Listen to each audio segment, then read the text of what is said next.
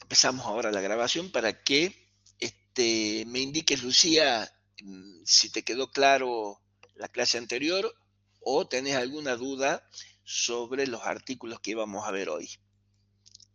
Sí, justamente eso. Hoy me puse a leer, leí hasta el 26-16 Ah, y tenía buenísimo. dudas. Bueno, no dudas, pero sí, Bueno, veamos. A ver, primero, ¿de qué estábamos hablando? de la persona. De la persona humana, ¿sí? Sí, Bien. Entonces, nosotros habíamos visto cuál era el principio general que estaba, que era el domicilio de la persona humana. sí. ¿Sí? Como habíamos hablado, por lo menos del domicilio, de la residencia habitual de la persona humana. Esto del domicilio y la residencia habitual nosotros lo vamos a ir viendo en la medida en que vamos ampliando los puntos de conexión referidos a la persona humana. Y hablábamos que nos tocaba ver un poquito esto desde el domicilio de las personas menores de edad. Pero primero vamos a ver cuál era algunas dudas que te suscitaba a vos para poder avanzar después con los temas. En cuanto al 26-13, que es domicilio y residencia, ese sí me quedó claro de la clase pasada. Eso sí Bien, lo entendí bien. Eh, en cuanto al domicilio de las personas menores de edad, también que tenemos dos categorías en base a el domicilio cuando son una pareja constituida, los tutores legales, digámosle, sí, que es de quien ejerce la responsabilidad paternal, y después cuando ambas partes están en países distintos, se sí, basa en donde el menor eh, resida su residencia habitual. bien. Y hay un segundo párrafo ahí. De los sustraídos ilícitamente. Exacto. De los Sí, sustraídos ilícitamente que que nosotros. no adquieren el domicilio en donde están sustraídos, donde permanecen sustraídos. Bien. Entonces, eso nosotros lo vamos a ver cuando veamos restitución de menores y sustracción de menores. Bien. ¿Sí? Pero ya estamos viendo el principio general del domicilio. Entonces, en el 2614 lo que hace es identificarme el domicilio del menor con los que ejercen la responsabilidad parental. ¿Quiénes son los que ejercen la responsabilidad parental? Los padres Sí. del menor.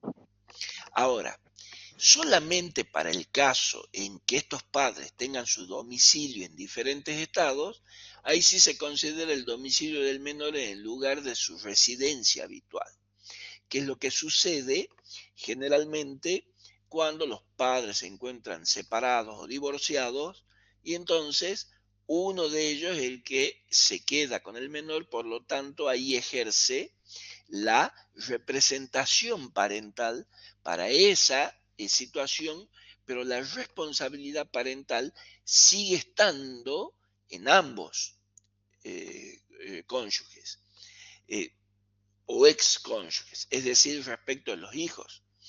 Pero lo que hace el código es identificar respecto del menor, de menor de edad, que considera domicilio del menor el lugar de su residencia habitual.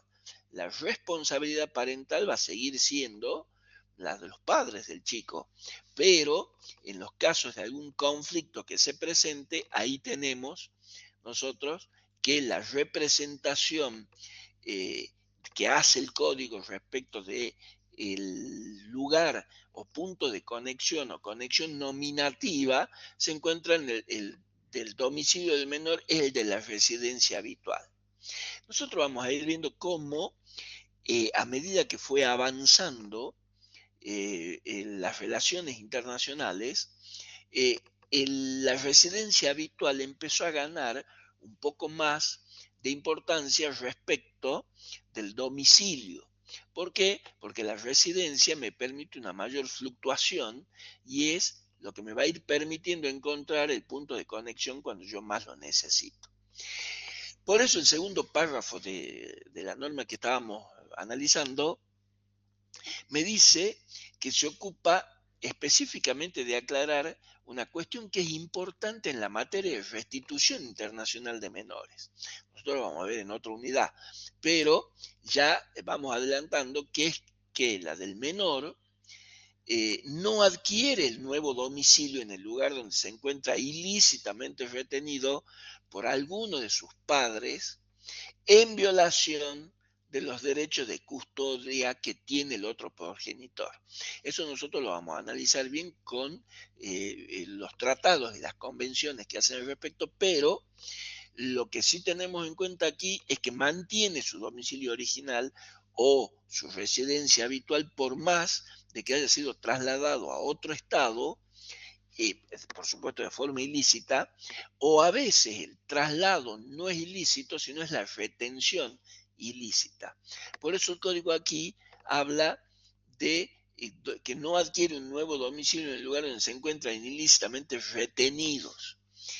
Que por uno de los padres, porque ha violado ese derecho de custodia que tenía el otro progenitor. ¿Cuándo lo viola? Al momento en que, al sacarlo del país porque se lo lleva de vacaciones o se lo lleva a vivir un tiempo donde está, tiene la autorización del progenitor que tiene la custodia. Entonces, por eso tiene un tiempo limitado. Ese tiempo limitado vencido da lugar a que se pueda solicitar la restitución del menor. En la Convención de La Haya de 1980 sobre el aspecto civil de sustracción internacional de menores y también en la Convención Interamericana de Restitución Internacional de Menores, que son las CIDIP, en este caso es la CIDIP 4 del 89, en realidad no hacen referencia al domicilio del menor, sino directamente hacen referencia a la residencia habitual. Ustedes en anexo del módulo tienen las distintas CIDIP y tienen los distintos tratados y convenciones internacionales por si lo quieren consultar. Pero también el código hacía referencia a el domicilio de las otras personas incapaces. ¿Y qué decía ahí? ¿Te acuerdas, Lucía? O algunos de los que ya se sumaron. De personas incapaces eran personas sujetas a curatela, es el lugar de residencia habitual. Bien. ¿Y qué será la curatela? Son según lo que yo googleé, son personas que no tienen la capacidad mental y que son mayores de 21. Ajá. ¿Y solamente será eso quienes requieren curatela? A ver, ¿qué dice Jorge? ¿Qué dice ahí Nora o María? Los escucho. No, en ese punto estoy perdido. ¿Qué será? ¿Qué es la tutela? Primero. Es la relación que existe entre el tutor y el la persona que tiene a su cargo para el tutelaje, de cierta forma. Claro, pero ¿cómo lo diferencio yo de la curatela?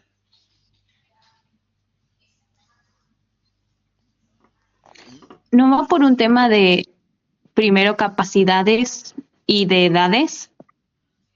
Claro, por eso está muy bien lo que vos dijiste. Por eso la pregunta es, ¿solamente se daría en ese caso? ¿Solamente se daría en ese caso o es ese caso el caso de la curatela? ¿Por qué? Porque la curatela yo la tengo que diferenciar de la tutela. En la tutela yo no tengo ningún tipo de incapacidad. Es decir, lo que tengo es la pérdida de los progenitores o la imposibilidad de los progenitores de ejercer la patria potestad. Entonces, ahí yo nombro un tutor. En caso de fallecimiento de los padres puede ser un hermano, puede ser un tío, puede ser una hermana, pero, o en el caso de estar privado de la libertad, donde no pueden ejercer la relación parental. Es decir, la relación parental la podrían ejercer, pero no pueden ejercer la patria potestad con todas las características que necesitan. En ese caso, entonces, yo tengo que nombrar un tutor. Pero en el caso de la curatela ya existe una incapacidad. ¿Sí? Entonces, ¿y para qué sirve la curatela entonces? ¿Para qué servirá la curatela? Preguntota. Vamos, pensemos. Pensemos y lo sacamos. Ahí piensa Para Jorge. responder por la otra persona. A ver, ¿y por qué tendría que responder yo por la otra persona? Por las Porque es incapaz. incapacidades de... Está por incapacitado. las incapacidades. Pero en la tutela yo no respondo por otra persona. ¿Cómo? También, En la También. tutela pero yo, claro. Entonces, si la curatela me permite a mí un cierto grado de incapacidad, para quien yo le nombro un curador, entonces lo que tiene la curatela es un sistema de protección y de guarda para las personas que están con una institución jurídica creada específicamente para ellos. ¿Por qué? Porque yo la curatela necesito una declaración judicial de incapacidad. Entonces, ¿para qué? Para el ejercicio de la asistencia y sobre todo de la prevención que le puedo dar respecto a la ley. Entonces, cuando nosotros decimos que el punto de conexión o la conexión nominativa respecto a las personas incapaces, decimos que el domicilio de las personas sujetas a curatela o a cualquier otro instituto equivalente de protección, dice el artículo, el lugar es el lugar de la residencia habitual. Y ahí volvemos a ver que el punto de conexión sigue siendo la residencia habitual. Entonces, ¿qué hace el artículo 2615? Califica el domicilio de las otras personas incapaces que no sean menores de edad, que son las que están sujetos a curatela, y los identifica con la residencia habitual. Es decir, ahí ya no voy a buscar cuál es el elemento subjetivo o el elemento volitivo donde aplico el criterio domiciliario. Entonces, la forma de establecer la fuente interna se diferencia de la fuente convencional que habíamos mencionado anteriormente, que se asimilaba al domicilio a los representantes legales del incapaz. Entonces, ¿qué me está haciendo aquí el ordenamiento jurídico? Me está dando unas calificaciones autárquicas. ¿Cuáles eran las calificaciones autárquicas? Vamos, repasemos de la unidad 1 a la unidad 6. ¿Cuáles eran las calificaciones autárquicas? ¿Se acuerdan cuando calificábamos en virtud de la autarquía y en virtud de la relación o el parecido con otras instituciones por analogía? Entonces, por analogía, ¿qué era? Eso sí lo saben bien. Vamos. Todo lo que se considera a partir del derecho interno. Sí, es que las dos son del derecho interno, pero por analogía, ¿cómo calificaba yo por analogía? Vamos, Nora, vamos, Lucía, vamos, María, vamos, Jorge. ¿Cómo calificaba yo? Cuando decía hago una calificación por analogía. ¿Y cuando decía yo cuando hago una calificación autárquica? Los dos conceptos que se me vienen a la cabeza a partir de la analogía, tomando en referencia el Código Civil y, por ejemplo, en la autártica, el Tratado Internacional.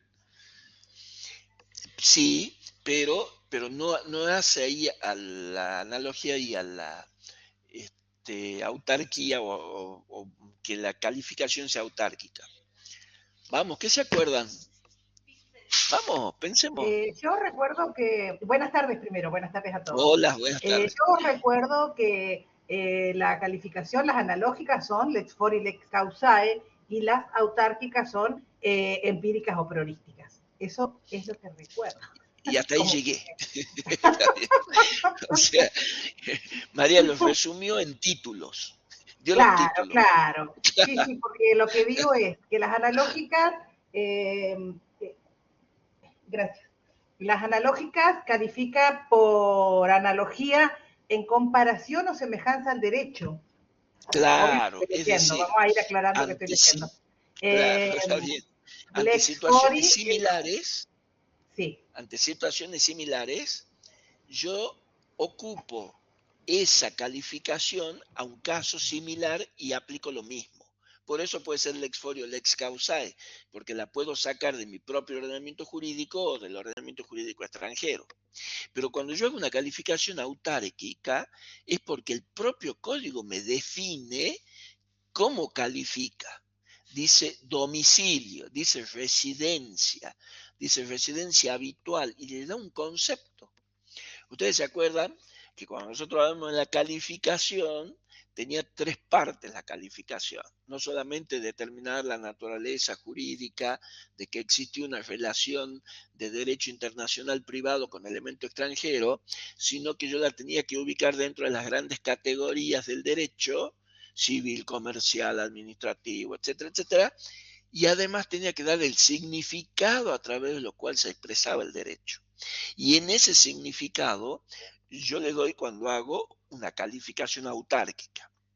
Digo, domicilio para este código es tal cosa, residencia habitual es tal cosa, matrimonio es tal cosa, restitución de menores es tal cosa. ¿Se va entendiendo? Ahí, profesor, cuando es, por ejemplo, era empíricas y a priorísticas, empíricas Sí, sería de los hechos, empíricas, claro, o sea, de los hechos que sucedieron. Y la priorística tiene que ser de derecho. Ahí yo me acordaba que una era de hecho, la otra de derecho. exacto, La priorística claro, de derecho personal, de derecho real, ¿verdad? exacto. Es decir, perfecto. Pero lo que me interesa es que la definición la da el código. Me dicen qué es.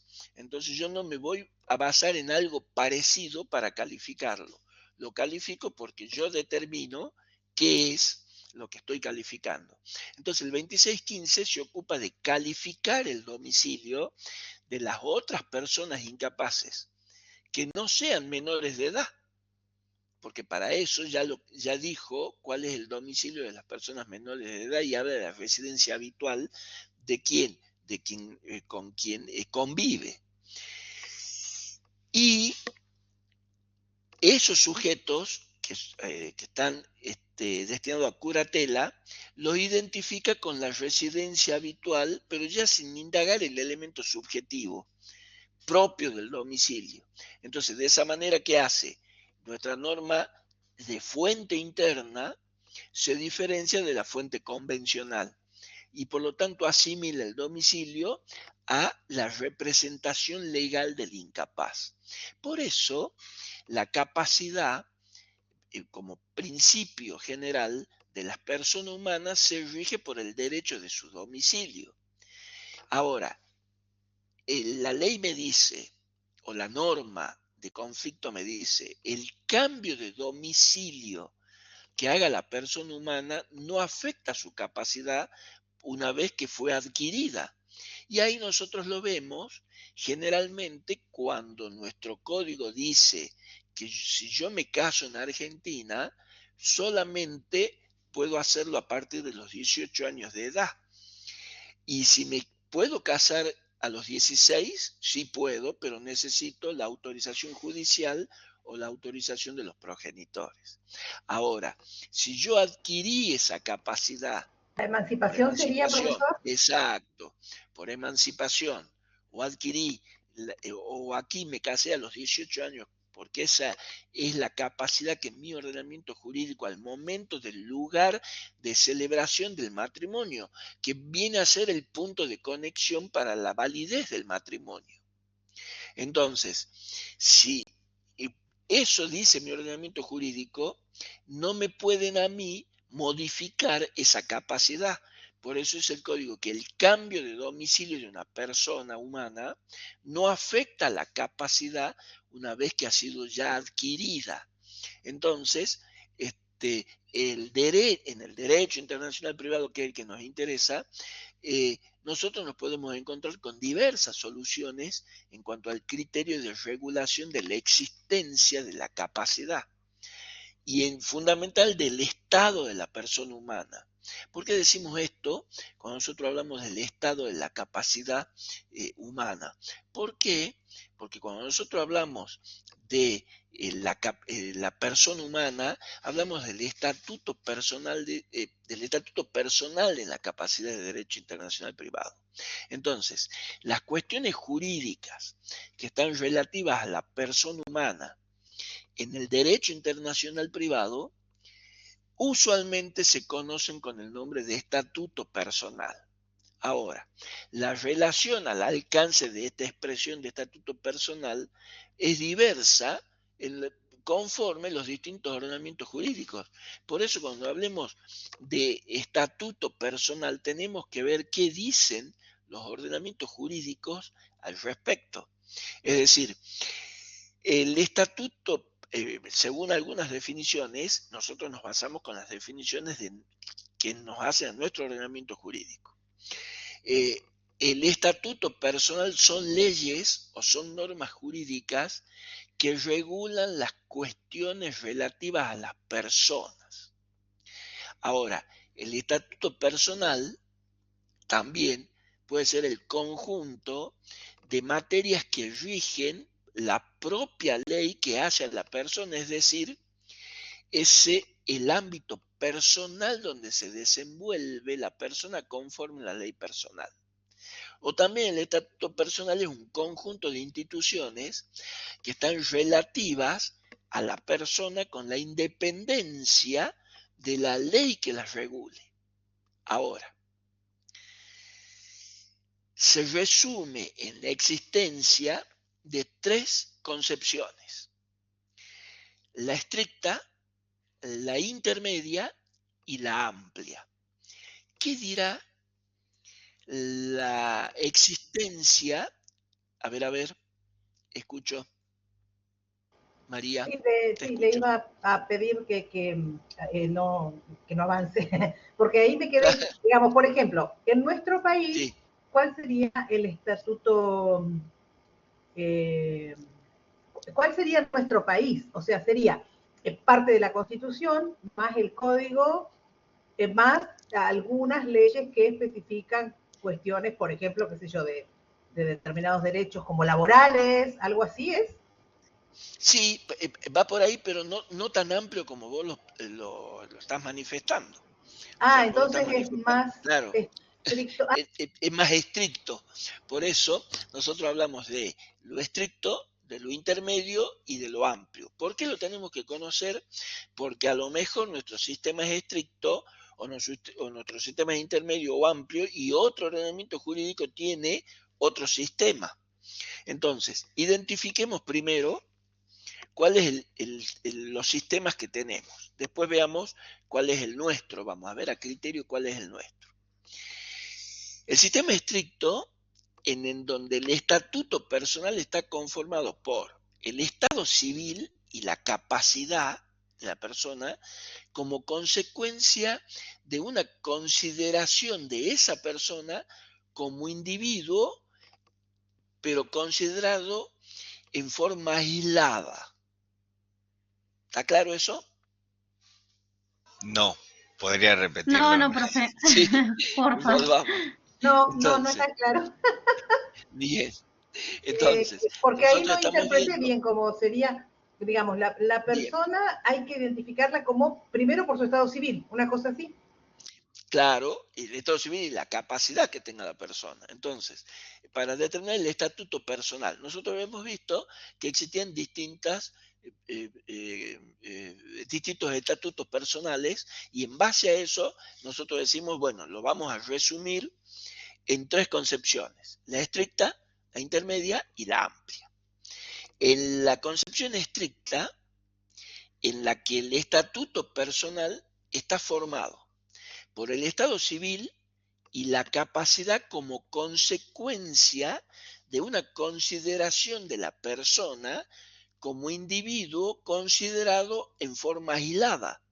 Yo considero a la persona como individuo y conforme eso al el estado civil de la persona y la capacidad que tiene la persona.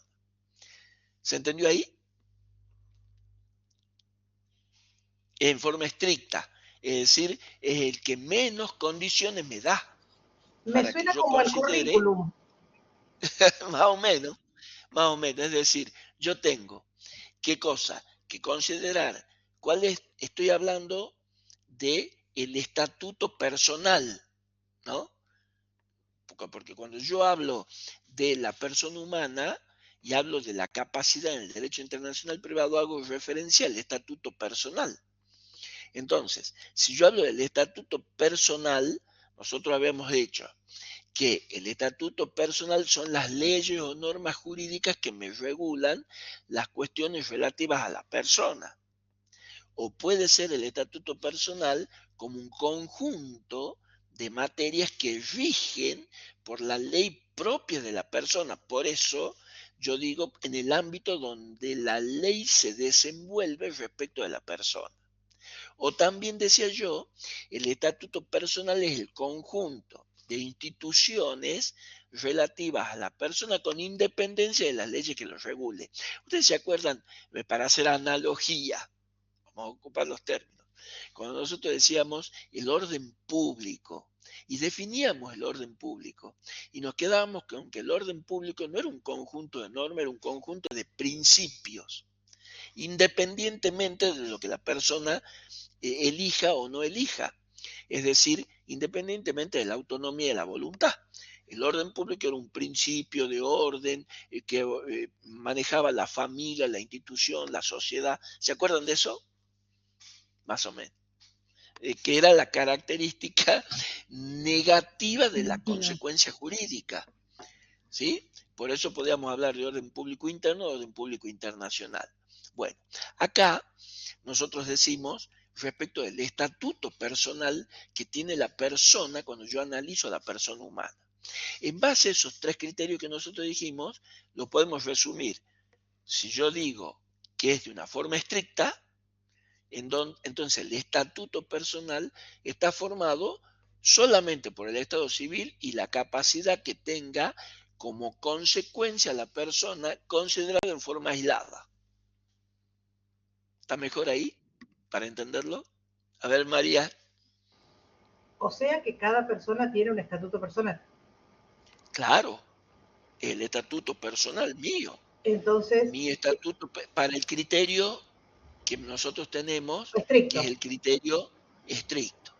Ahora, ¿se entendió? A ver ahí, Jorge, ¿entendiste? No sé, Sí, yo no sí, sí, sí. entendí.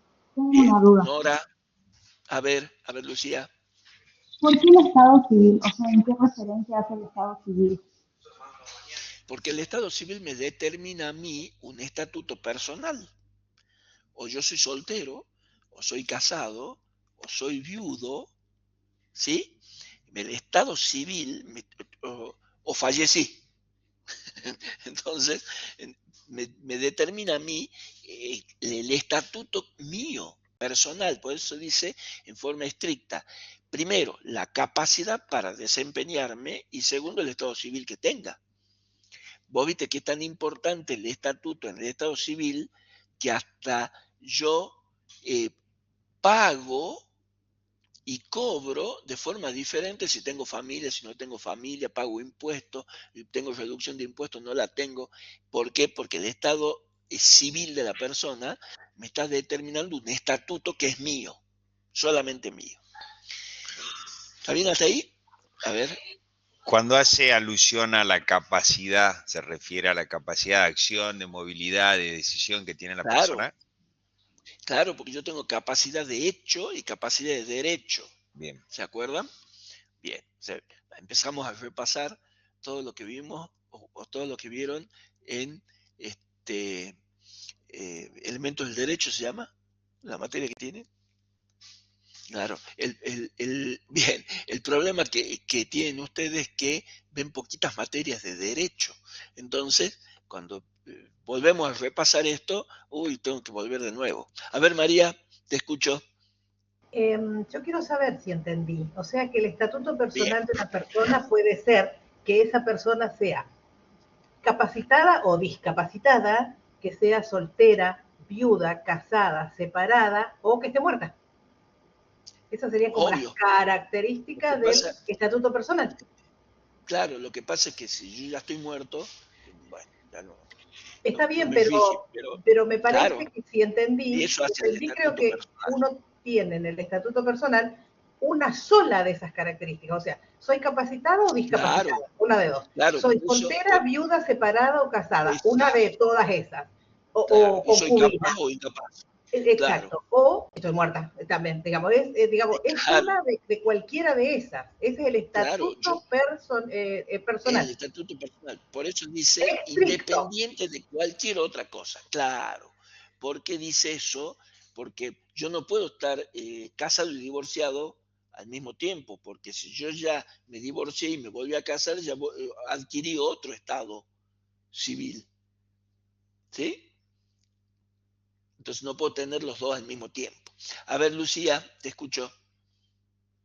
Profe, y cuando hablamos de la persona de forma aislada, ¿en qué hace referencia a la forma aislada? Hace referencia a que yo no estoy en relación con otra persona. Es mi estatuto, distinto del de otro. ¿Sí? Bien. Ahora, la intermedia me añade a lo que habíamos visto las relaciones de familia, por entender a la persona en su calidad de que es de miembro de una institución familiar. Ese es más fácil, ¿no? De entender. Es decir, es la misma de la otra, pero aquí me añade el estatuto, mi estatuto está vinculado a la familia, pero ¿por qué? Porque dice la familia actúa en calidad de miembro de una institución familiar. Y la amplia que agrega a los anteriores la sucesión mortis causa. ¿Por qué? Por asentarse algo que es primordial en la vida humana, que es el concepto de la persona como miembro de una sociedad. Entonces, voy ampliando los términos y esos términos a mí me facilita establecer qué Estado va considerando distintas situaciones respecto o calificando el estatuto personal. Sí, Lucía, te escucho. ¿O quedó? Ah, quedó el... Quedó Está bien, levantado. quedó levantado. ¿Está bien? Entonces, yo en base a eso tengo los distintos criterios que voy a utilizar para definir las distintas situaciones. ¿Cuál será el criterio que utiliza el derecho internacional privado argentino? Pregunta. Pregunta de examen, para que vayan. Yo ¿Puede repetir la creo... pregunta y dar opciones? Sí, Cuatro opciones. No, yo le quería preguntar algo antes. sí, Sí, sí. sí, No, le quería preguntar algo antes. En esto del estatuto personal, parece que el estricto lo voy entendiendo. Ahora, el intermedio sería, por ejemplo, tener algo del estricto, digamos, ser, ya sabemos cualquiera de las condiciones del estricto, y luego en el intermedio, ser esposa de, ser concubina de, ser madre de, ser hermano de. Así es, más o menos. claro, así sería. Y en el Incluyo otro el más aspecto familiar. amplio, ser El otro más y en amplio, el otro más amplio, ser nacida en tal ciudad, ser de tal nacionalidad o ser claro, miembro de tal determinada comunidad. exacto. ¿Por qué? Porque me involucra ya no solamente una institución familiar, sino me involucra ser miembro de una sociedad. ¿Sí? Lo que a mí no me quedó claro cuando usted habló sobre Sí. mortis causa, ¿en qué momento entra el concepto? No, claro, está bien, está bueno que lo preguntes. ¿Por qué? Porque cuando nosotros decimos que en la amplia lo que yo tengo es que agregarle a lo que habíamos visto la sucesión mortis causa por asentarse en un concepto de miembro de una sociedad, es que en la sociedad yo no solamente voy a nacer, voy a reproducirme, sino que me voy a morir. Entonces, formo parte también de esa situación que hace a la sociedad, cómo me desempeño en la sociedad y cómo me desempeñé en la sociedad. Entonces, ese es el estatuto personal que lo puedo ubicar en algún estado que contemple esta situación. ¿Está claro, Jorge? Perfecto. Bien. Ahora, ¿cuál será el criterio del derecho argentino?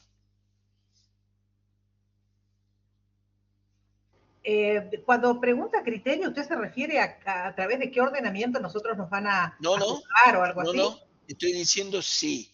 ¿Cuál de estos tres criterios, el estricto, el intermedio o el amplio, es el que adopta el derecho argentino para el derecho internacional privado? El estricto. A ver, El ¿quién más estricto, porque opina? solamente el domicilio se toma en cuenta. ¿Quién más? A ver, dice María el estricto. Y dice, pero si es el domicilio es más Yo iba a amplio. decir el amplio. El amplio es más amplio. a ver, el amplio. ¿Quién más? ¿Quién más opina? ¿Pero no se determinará de acuerdo a la causa o siempre va a prevalecer uno sobre otro? No. El derecho argentino toma un criterio. Ah, Y de ahí veremos la situación, cómo se da, pero el criterio está. si yo fuera jurista determinaría el amplio. Perdón, el intermedio. El intermedio. A ver, ahí tenemos distintas opiniones. Pero, Tenemos. profesor, Sí, el sí, profesor, María. ahí por ejemplo, me parece que es el amplio en el sentido que, por ejemplo, soy soltera o casado o viudo separada soy la Sí. madre de, soy la hermana de, soy parienta de, nací en tal ciudad, nací en tal otra, pero ¿dónde vivo? También tiene que ver con el amplio. Sí. Me parece que es el amplio el que tiene que ver para el derecho internacional privado. Bien, pero estamos hablando, primero, estamos hablando de la persona humana. Estamos hablando del estatuto personal para la persona humana.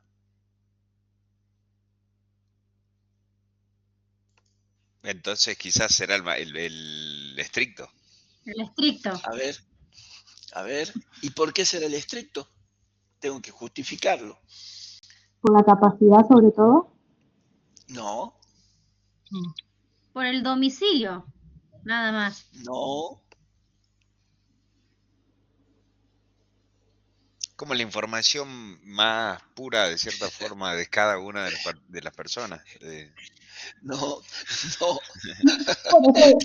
Profesor, yo interpreto, por ejemplo, el ejemplo que usted puso los otros días de Lucía, que Lucía hizo un contrato, que estaba en Uruguay y que después la encontraron en Brasil.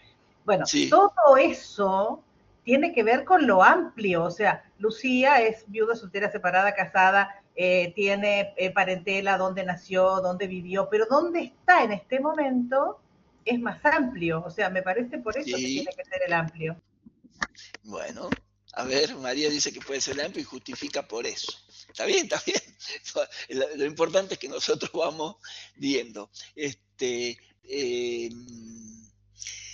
Nora, no me acuerdo Nora dijo el estricto. Yo dije primero amplio y después dije estricto, considerando solamente el domicilio. Claro, y ahora cambiaste. Claro. Claro. Considerando. Entonces me quedo en el intermedio. Claro, considerando el punto de conexión. ¿No puede haber una cuarta o quinta opción? No. Y también, bueno, y ahí Jorge también decía, yo me voy por el amplio, pero me quedo con el estricto, pero justifiquemos, porque pensemos por qué, porque esto nos ayuda a pensar cómo funciona el derecho internacional privado, ¿no? Entonces, a medida que vamos viendo, vamos a ver cómo vamos razonando de forma distinta, porque estamos hablando no solamente del estatuto personal, sino que y ya sabemos los distintos estatutos, sino que estamos pensando también en la existencia del derecho internacional privado. Y el derecho internacional privado tiene puntos de conexión y tiene conexiones nominativas, porque si yo no tengo puntos de conexión y conexiones nominativas, no tengo el funcionamiento de la norma indirecta de conflicto, ¿no? Que eso ya lo sabemos. Lo que pasa es que nos está costando integrar todo ese concepto para dar una simple elección de lo que yo tengo. ¿Qué dirá el derecho internacional privado? Porque habrá elegido el derecho internacional privado un criterio. Ya, bueno, ya me dio su justificación María, falta que me dé la justificación Jorge, y me falta que dé la... Bueno, ya me la dio Nora, aquí que me falta, Lucía y Jorge, falta que me den Ah, y ahí tengo a Rosario. Profe, para mí es estricto, ¿Por qué? porque en realidad me estoy basando en lo que dice el estricto, que es de forma aislada, es decir, de solo la persona, y en lo que nos dijo usted, que es un estatuto personal, la primera definición, que son las reglas que regulan las normas relativas a las personas. Entonces, como es solo a esa persona, yo uso el estricto. Bueno, pero no me fundamentaste, ¿por qué? Y porque es la capacidad de las personas de Es que forma aislada. es lo que más cuesta en el derecho internacional privado, dar el justificativo de lo que elijo. A ver, Rosario, ahí, Medina. ¿Se fue? ¿Será el artículo 2618 del Código, profesor?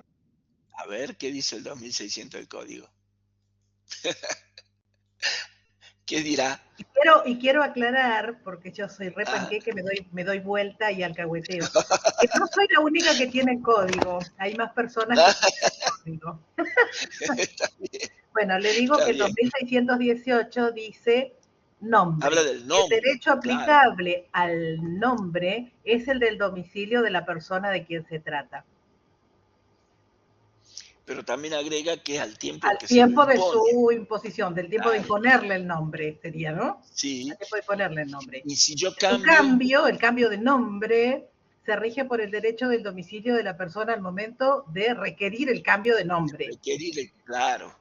Y eso tendrá que ver Con con, amplio. con amplio, bueno, perfecto. Sigue dando los fundamentos, María, de su posición firme de que el estatuto de la persona es amplio. A ver, No muy se bien, crea, María, no te se crea que defiende. está. Está bien, pero ella lo defiende. Está bien, está muy bien. Y bueno, ¿y dónde está el Rosario? O puso nada más para que la veamos acá. Y Jorge ya se fue también. No, acá estoy, profe. Estoy Ah, tratando ahí está. de armar un argumento. De Este, armar un argumento. Bueno, yo le voy a solucionar, le voy a dar el argumento y van a ver qué fácil que es el argumento. Es muy fácil. El derecho internacional privado argentino se inclina por la concepción estricta. ¿Por qué? Porque las relaciones de familia, matrimonio, uniones convivenciales, acuérdense que tenemos uniones convivenciales, filiación, responsabilidad parental, etcétera, como la sucesión, que por monte causa, tiene un régimen propio, tiene un régimen donde yo califico de forma autárquica. Y por ende, no solamente me da autonomía, sino que en consecuencia, entonces el estatuto personal es, en sentido exacto y preciso, nos referimos al estado y la capacidad o incapacidad de la persona humana al principio y al fin de la existencia, y como bien decía María, al nombre, pero no por una situación amplia, sino porque es propio, es estricto. Mi nombre me identifica. Si bien me identifica en la sociedad, es mío, es solamente mío. Entonces, el criterio argentino es un criterio estricto. ¿Está claro? sí, Pero, pero o sea, estricto porque es algo personal, es algo de uno. Claro, sigue siendo personal. ¿Por qué? Porque cuando yo hablo de relaciones de familia, en el derecho internacional privado tengo otro punto de conexión. Tengo otra conexión nominativa, tengo otro ordenamiento jurídico que me rige, no solamente todas las relaciones de familia. Por eso yo acá, cuando estoy calificando estatuto personal, no estoy calificando ni matrimonio, ni unión convivencial, ni responsabilidad parental, ni filiación, ni sucesorio. ¿Sí? ¿Se entiende? Sí, profe, ahí está. Bien, por eso, ¿Quiere decir que el domicilio también entra en lo estricto? claro, el domicilio también entra en lo estricto, porque fíjense ustedes que ¿Por qué no cuando lo dijo hablábamos del antes? suceso, no, porque lo tenían que descubrir para ustedes. Entonces, ¿se acuerdan cuando nosotros decíamos, en el caso de sucesorio, no era el domicilio de la persona, era el último domicilio del causante? ¿Sí? No era el domicilio personal, era el último domicilio. Cuando hablábamos de la separación de bienes del matrimonio, decíamos el primer domicilio conyugal para los bienes. Y después decíamos el último domicilio conyugal para el caso del divorcio. Entonces, como nosotros tenemos distintos puntos de conexión, y eso en virtud del estatuto personal de cada uno. Por eso el criterio es estricto. Cuando estoy hablando de la persona humana, estoy hablando de mí. No estoy hablando ni de mi familia, ni de mi relación con la sociedad. Estoy hablando de mí. ¿Se entendió? Miren qué fácil que era. ¿Y dónde vamos a encontrar esto Sí. del estatuto personal a los efectos de preparar la cátedra para el parcial y para el final? En esta hermosa materia que tenemos aquí y que discutimos, ya sabemos nosotros que el estatuto personal está. Si no, tenemos que empezar a leer un montón de libros. Esta es la ventaja que tienen ustedes de poder que discutamos estas cuestiones. Ahora, si googlean estatuto personal, seguramente van a encontrar algo vinculado, pero acuérdense que tiene que ser vinculado al derecho internacional privado y que tiene que ser vinculado al derecho internacional privado argentino, ¿no? Pero básicamente, en cuanto a lo estricto, voy a volver a usar ese término. En la cátedra yo estoy trabajando con el módulo, con los PowerPoint y con las clases grabadas. Esto del estatuto personal solamente va a estar en las clases grabadas, entonces. Va a estar en la clase grabada o va a estar, cuando nosotros, acuérdense que ahora ya empezamos la parte especial y tenemos que empezar a ver o leer los tratados y las convenciones internacionales, ¿no? Y ahí se me va a ir despejando bastante. ¿Por qué? Porque nosotros decíamos, cuando estábamos hablando de los supuestos, por ejemplo, personas incapaces, nosotros decíamos que no solamente el código en la nueva redacción, porque la modificó, en la nueva redacción estaba teniendo en cuenta el ordenamiento jurídico nuevo, del nuevo Código Civil y Comercial, donde, por ejemplo, cuando hablábamos de, específicamente que hablamos, creo ya no me acuerdo si estábamos hablando de la capacidad de la persona. Sí, cuando hablamos de la capacidad de la persona humana y decíamos que se regía por el derecho del domicilio como punto de conexión conforme el 2616 y que el domicilio de la persona humana no afectaba su capacidad una vez que había sido adquirida. ¿Se acuerdan de eso? ¿Se acuerdan? ¿O no se acuerdan? No lo dijo eso hace un par de Eso minutos. lo dijimos recién, claro, eso es lo que acabo de decir, lo que dijo hace un ratito. Claro. Entonces, cuando nosotros decíamos eso, ¿qué hacíamos?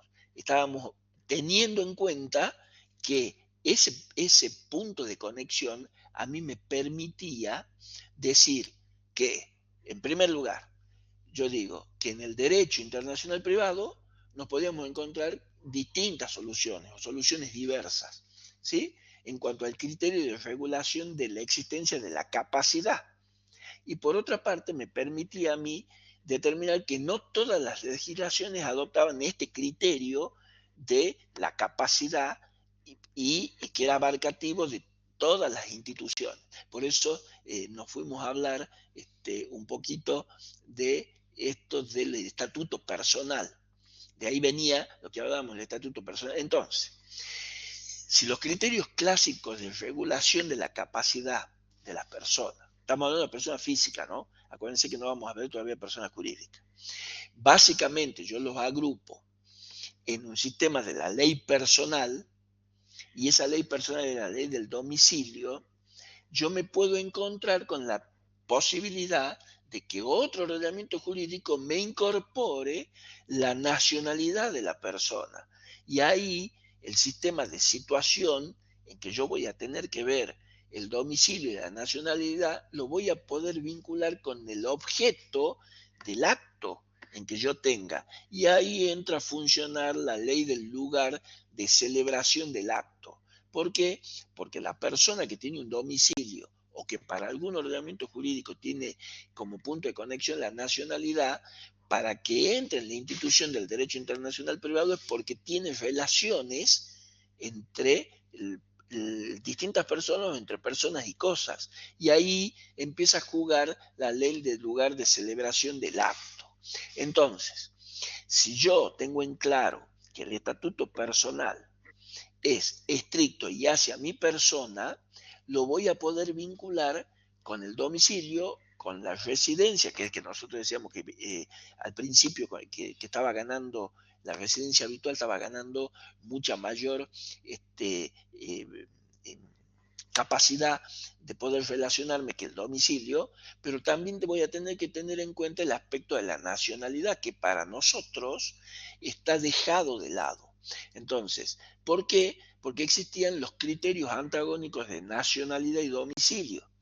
Ustedes van a ver que en el estatuto personal, que era objeto de diferentes tratamientos para el derecho internacional privado, en la parte europea se utiliza mucho en lo que es la nacionalidad. Es decir, el sistema de la nacionalidad tiene, especialmente en la parte continental europea, hace mucho a la codificación interna respecto principalmente de estados como el de Noruega, el de Dinamarca, donde tienen en disposiciones del derecho internacional privado basado en la Convención de La Haya de 1902.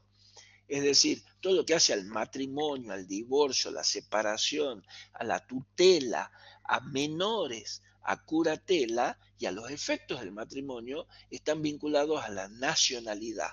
Entonces, nosotros podemos tener un criterio respecto de esos estados cuando tengamos un conflicto. Y ahí yo voy a tener que ver cuál es el punto de conexión que voy a tener conforme el estatuto personal de cada individuo. Entonces, se va entendiendo, ¿no? Se va entendiendo, pero está complejo. Claro, está un poquito complejo porque no solamente en la parte de la persona física, yo la voy a ver involucrada en los otros elementos de la relación ius-privatista internacional. ¿Por qué? Porque cuando vea familia, cuando vea sucesiones, cuando vea concurso, cuando vea quiebra, cuando vea adopción, voy a estar vinculando, ahí me dice, se va aislando todo para que yo pueda ir desarrollando y de esa forma entendiendo cómo lo resuelvo. Entonces, ¿qué es lo que me queda en claro? No me digan nada, pero ¿qué es lo que le quedó en claro de todo esto que nosotros vimos hasta ahora? A ver, ¿quién va a tener la voz cantante ahí? Que el estatuto, entonces, quedamos en que ¿Qué pasó? que era específico por ser personal. Sí, que era un criterio el nuestro. ¿Cuál era el criterio nuestro? Claro, que era un criterio nuestro. No, ¿Pero criterio cuál? estricto. Estricto. Específico. El criterio nuestro es el criterio estricto, no específico, estricto. Claro, el criterio estricto. Es decir, pero que nosotros tenemos que tener en cuenta que el estatuto personal, en los diferentes tratamientos de la doctrina tradicional del derecho internacional privado, también puede ser la nacionalidad. Entonces, como los encontramos en distintas disposiciones, especialmente en la Haya de 1902. Ahora, ¿Esa nacionalidad sería digamos, un elemento más amplio? Sería un elemento más amplio. Claro. sería un elemento más amplio. ¿Por qué? Porque la nacionalidad ya me involucra no solamente la persona, sino también un vínculo con el Estado. Y al vincularme con el Estado, yo ya empiezo a tener otro tipo de vinculación que no es estricta a lo que hace a mi persona. Ahí ustedes van a analizar, tomen nota, una disposición de la Corte Internacional de Justicia de La Haya en el caso Notenboom de 1955 para la próxima clase. ¿Ya lo tienen? No te escucho, Jorge. ¿Podría Caso, repetir el nombre? sí. Sí. Lo vamos a deletrear porque es más fácil deletrear. ¿Sí? Es una disposición de la Corte Internacional de Justicia de La Haya en el caso Notenboom. Es N-O-T-T, note E, B larga, O, H-M. ¿Me lo pueden leer? A ver si lo dije bien. Notenboom es... No es con G, ¿no? Es con M al final. Ah. Si me permiten. Ahí está. Es N-O-T-T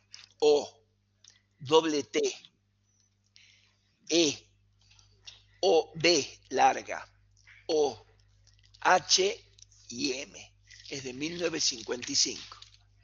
Lo van a encontrar en cualquier parte que googleen, ¿no? Ahí me habla sobre la nacionalidad, que es un vínculo legal que tiene su base en el hecho social. ¿Sí? Entonces, es una especie de interés y de sentimiento que se tiene recíproco respecto de qué, de derechos y deberes en virtud de su nacionalidad. Entonces, el criterio de la nacionalidad a mí me garantiza la identidad nacional, pero no solamente eso, sino la social, la cultural, la religiosa. ¿Sí? ¿Y por qué no en la definición del criterio estricto hablábamos de Estado civil, capacidad y nacionalidad? Porque nuestro sistema no toma la nacionalidad como punto de conexión. Bien. Para el derecho internacional privado, ¿no? Claro. Para el derecho internacional privado. ¿Por qué?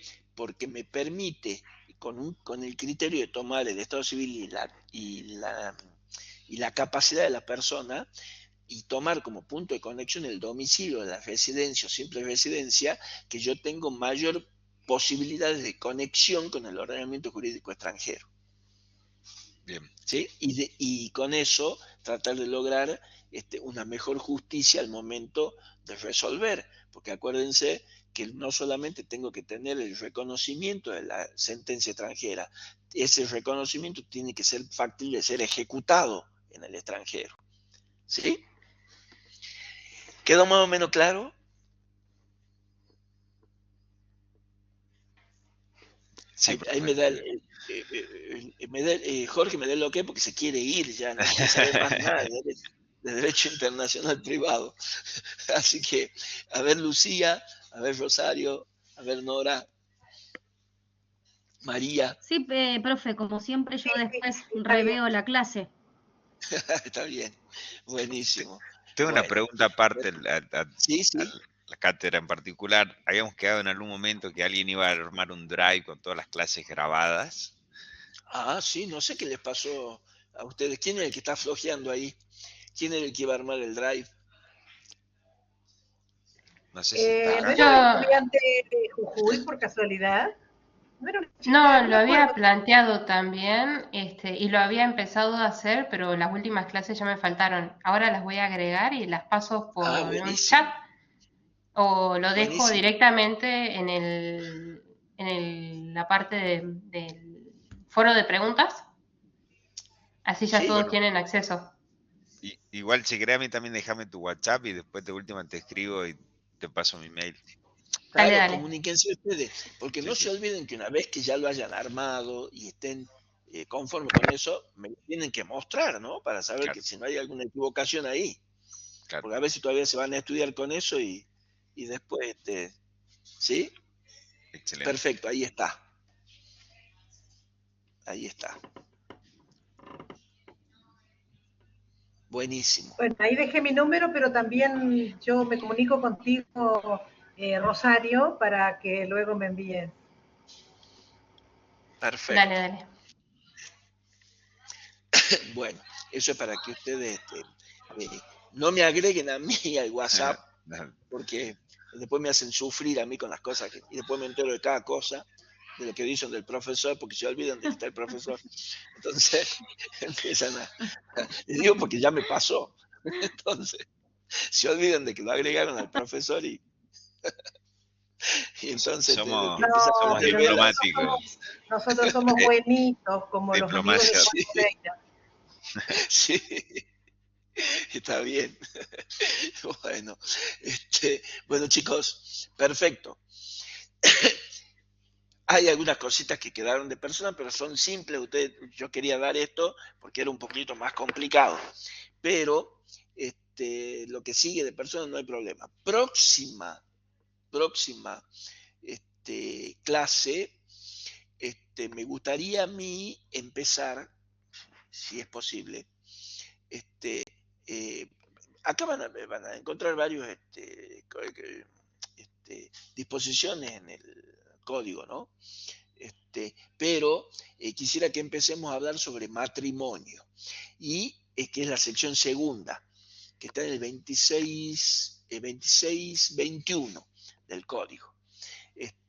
Cosa de que ya teniendo esto, que es lo que me interesa, y lo que puedan ir leyendo el otro, hasta llegar al matrimonio, empezamos con matrimonio. ¿Sí? Excelente. Y eso es más divertido, porque Bueno, profe. todos están con conocimiento de lo que es el matrimonio, algunos ya divorciados, otros tienen los míos, los tuyos, los nuestros, entonces es mucho más divertido. Bueno, gracias, chicos. A lo mejor la praxis, pero no la teoría. Un gusto de haber estado con ustedes. Gracias, chicos, por estar presentes. Gracias, profesor. Hasta la próxima. Gracias. No, gracias, profe. profe. Buen fin de